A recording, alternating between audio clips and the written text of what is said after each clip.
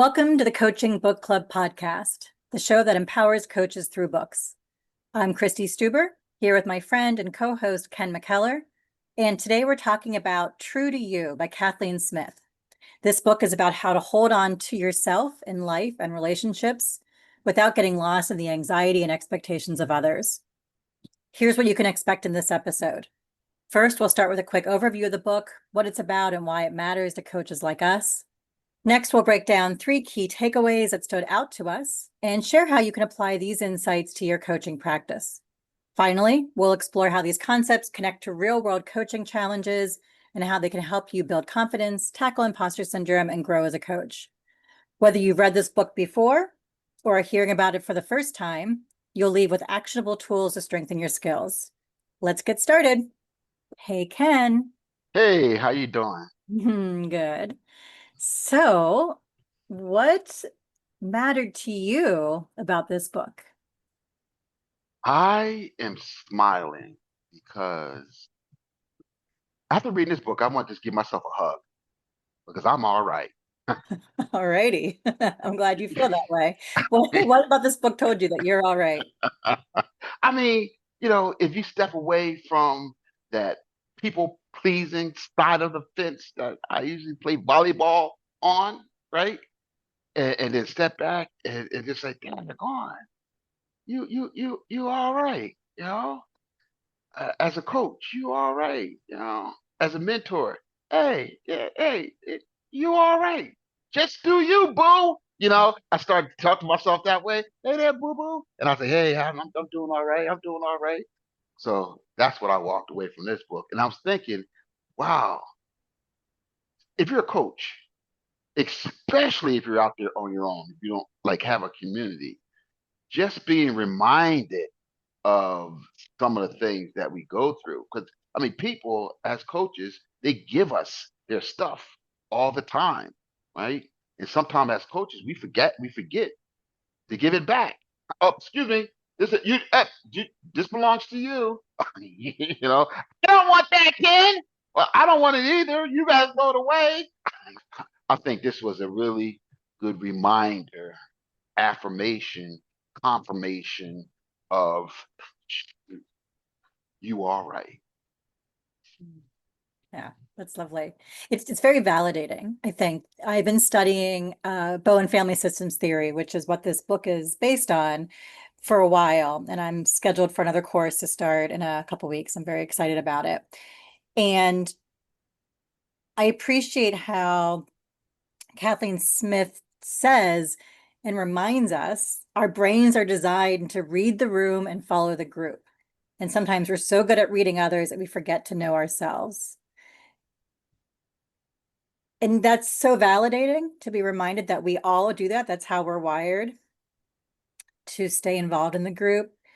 And as I've been thinking about my continued path towards my MCC credential, that's been a theme for me of late. How can I fully be myself while also demonstrating ICF competencies? So follow the group with the competencies and make sure I'm being me. Bowen, who created this systems theory, called this move from our pseudo self to a more solid one. And that really resonated with me. So I'm wondering, what was one of your key takeaways that stood out to you? There was quite a few here. Mm-hmm.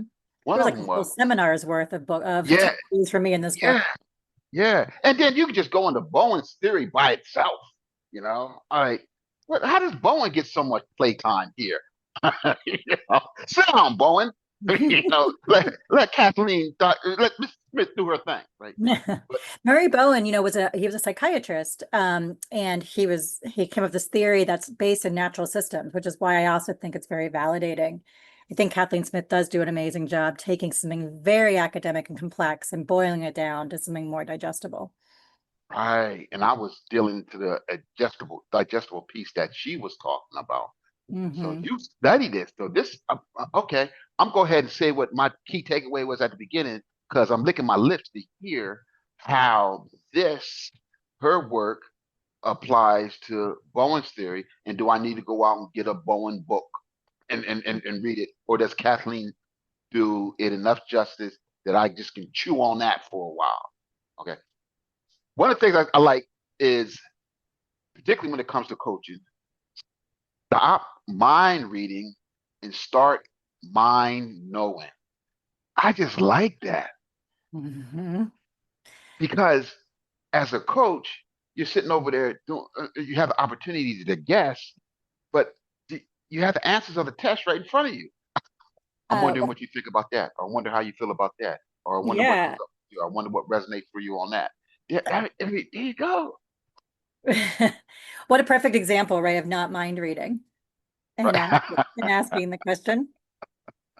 Um, I loved that one. And I've heard Kathleen talk about this in a couple of different ways. I I took it a little bit differently than you did, which is I thought about how can I know my own mind Mm, so that while I may be trying to mind read with my client, I can stay solid in what I believe. So an example might be my client says they want me to give them advice. This happens, right? And in my head, I'm like, that's not what coaching is. I'm not going to give advice. And I have my ways, and we can talk more about how to kind of like move around that and through it and partner around it. And at the end, I'll still walk away from that session thinking, I wonder if I disappointed them because I didn't give them advice. And so the way I want to turn that around to my knowing is asking myself, what do I believe about advice giving and coaching? How do I want advice giving to show up or not in my practice? Right. So shifts from being pulled in by that client expectation to being anchored in my own stance and my own principles, which I think connects to embodying a coaching mindset, right? The more we can stay calm in our own being, the more we can create that space for our clients. yeah. You know, for the record, and you can edit this out if you want to, but I'm gonna say it.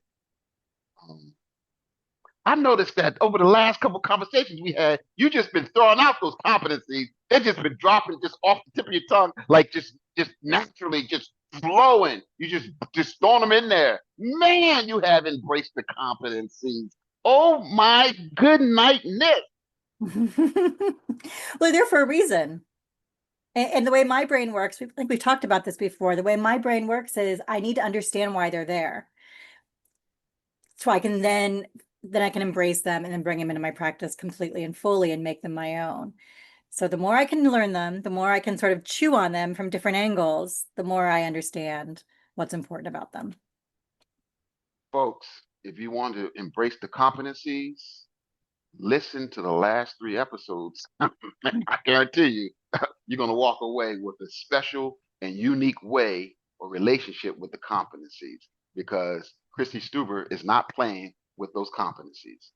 Um, One of the other things that I really enjoyed about the book, and because in two ways, it kind of hurt my feelings a little bit because it hit home, you know. And I want to see this expression on your face when I say this.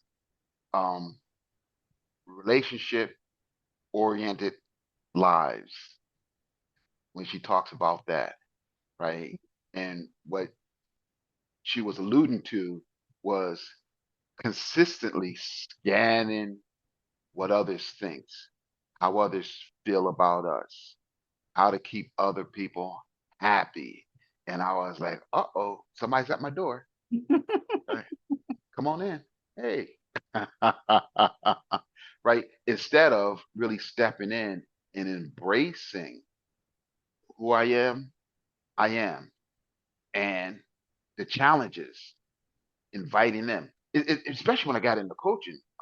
About when I met you was a shift from just like worried about what other people think around my coaching and how I coach, and I put everybody on a pedestal. I still do because I appreciate them. You know, it's not that I look they think they're gods, but I do appreciate them. But the shift was being okay with what I think. Like I have something to say here too. And if I don't necessarily agree with what they're thinking, if they don't agree with me, it's a nice opportunity for a conversation and to grow in this craft of coaching. And I think that's the biggest slice of pie that I started to eat on even though I'm on a diet, I'm still eating healthy. That pie has no calories, so you're good. You're good. You're good. Yeah, this idea of like responsibility to versus responsibility for, how can, so one of the key concepts in Bowen Family Systems theory is differentiation of self. So standing on our own and our own beliefs. And in an anxious situation, you can be seen as trying to be responsible for other people. In coaching, it shows up, managing my clients' distress, anticipating their needs, sort of jumping in. And I've certainly experienced this in my coaching career, and I've seen other coaches with it. And again, it makes sense. It's the way we're wired as humans.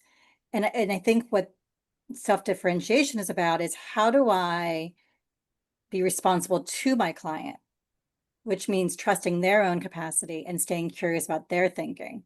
And so I can stand here and I can pay attention to them where they are. I have an example of a client where I think I was doing this without sort of realizing it. Can I share? Yeah. Oh, what? Don't threaten me with a good time. Yeah, this was like early days of the pandemic, and I was talking with a client who I'd gotten to know, and it turned out that she and I had different views of um, the COVID vaccine, and she was not comfortable with it. And I could feel my stuff coming up, all of my feelings and beliefs. And I was able to stay curious with her and understand more of her point of view, her perspective. And so I could stay connected with her. Didn't end up agreeing with her. I don't think she agreed with me, but it was okay because we were curious about each other's point of view, not trying to manage the other person, not trying to take care of anybody, just genuinely curious, and I walked with a different understanding of why somebody might choose the path that she was choosing. I absolutely love that. And what I love about that is it gives an opportunity to grow. It's the same way I like to run my supervision, my group supervisions, is like, hey, you know what?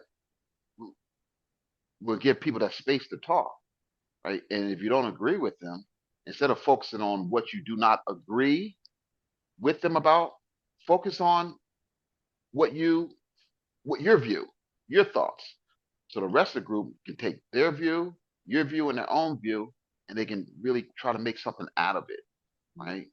So it's really taking that person's view and the other person's view and your own view and blending it in and making it work for you. Yeah.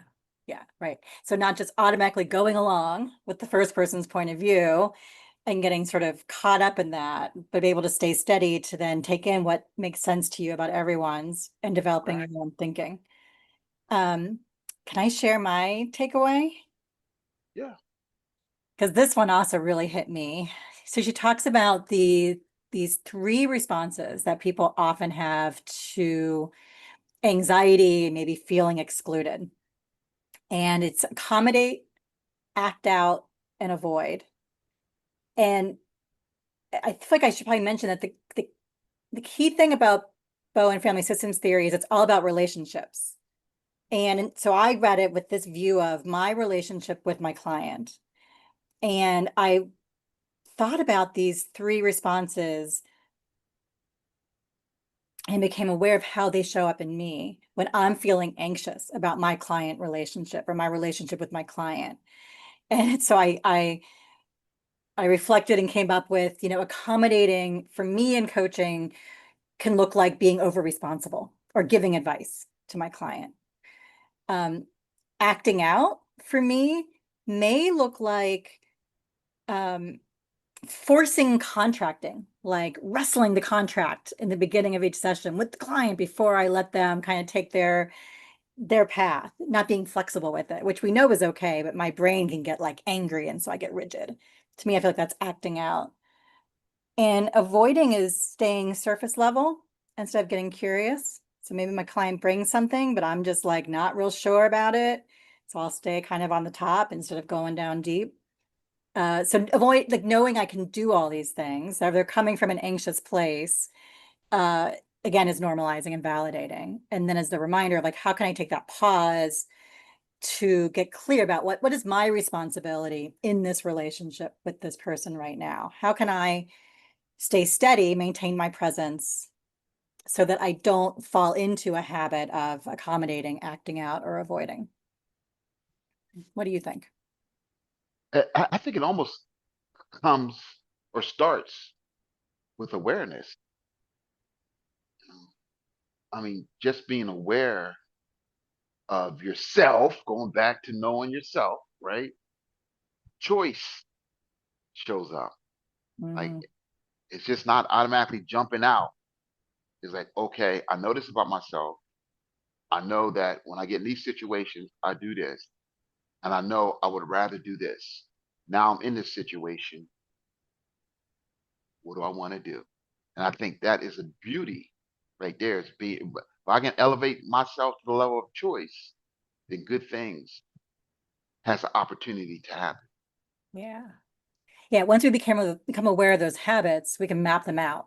This happens, I respond like this happens. And if I can look at it, then I can say, all right, what can I do differently here to have a different outcome to the Right. situation? And that's the beauty of like supervision or mentoring that you can look at and explore what it is that you're doing, reflect on. Hey, when I talk to high level executives, I show up this way, right? Mhm. I challenge this way. I don't challenge, right? Yeah, Now, how do I want to be a more impactful coach? Now I have a choice. yeah. Ken, I don't think you need to go and study Bowen unless you really want to. It seems like you really got a lot out of the book, and it's a dense book, so I appreciate your thinking. What are you going to take into your own practice from what you read? I liked her list of 50 ways we overfunction. uh, People, read the book. You'll learn the 50. But and boy, I like when she started rattling off the first 20, I was like, is this all about me? What's going on here? Hey, go on. Huh.